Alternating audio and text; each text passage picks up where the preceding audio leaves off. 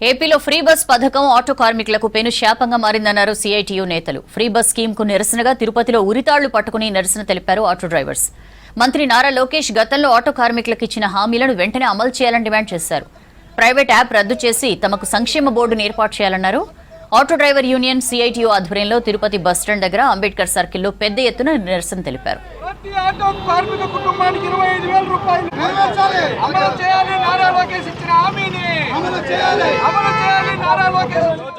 యువగలం ద్వారా ఆటో కార్మికులకు అనేక రకాలైన 8 రకాలైనటువంటి హామీలు ఇచ్చాడు. ఆ హామీలు ఏవి కూడా ఒక్కటి కూడా అమలు చేసినటువంటి పాపాన పోలేదు.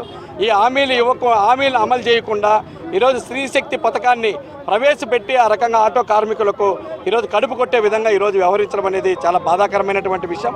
మేము స్త్రీశక్తి పథకాన్ని సిఐటిగా ఆహ్వానిస్తా ఉన్నాం.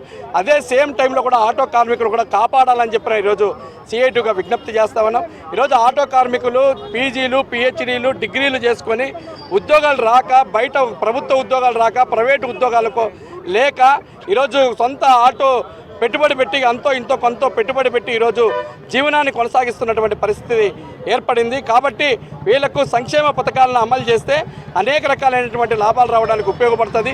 ప్రభుత్వ యువగలంలో ఇచ్చినటువంటి హామీ ప్రధానమైనటువంటి డిమాండ్ 25,000 రూపాయలు ఇస్తానని చెప్పిన హామీ ఇచ్చాడు. ఆ హామీని అమలు చేయలేదు. అదేవిధంగా వీళ్ళందరూ కూడా సంక్షేమ పథకం ద్వారా వీళ్ళకు ఒక యాప్ను క్రియేట్ చేస్తానని చెప్పినది చెప్పాడు. ఇప్పుడు ఓలా కానీ ఇట్లాంటివి అనేక రకాలైనటువంటి ప్రైవేట్ యాప్లు ఉన్నాయి, వాటిని రద్దు చేయాలని చెప్పిన ఈరోజు ప్రధానమైనటువంటి డిమాండ్. అదేవిధంగా సంక్షేమ బోర్డును అమలు చేస్తానని చెప్పినని హామీ ఇచ్చాడు. ఆ సంక్షేమ బోర్డును ఈరోజు ఇప్పటి వరకు కూడా అమలు చేసినటువంటి పాపాన పోలేదు. ఈ ఆందోళన కార్యక్రమం కొనసాగుతుంది. మంత్రి తక్షణమే స్పందించి ఆటో కార్మిక నాయకులతో చర్చలు జరిపి వాళ్ళకి రావాల్సినటువంటి న్యాయమైన కోరికలు ఏవైతే ప్రభుత్వం హామీ ఇచ్చిందో దాని ప్రకారం తక్షణమే అమలు చేయాలని చెప్పి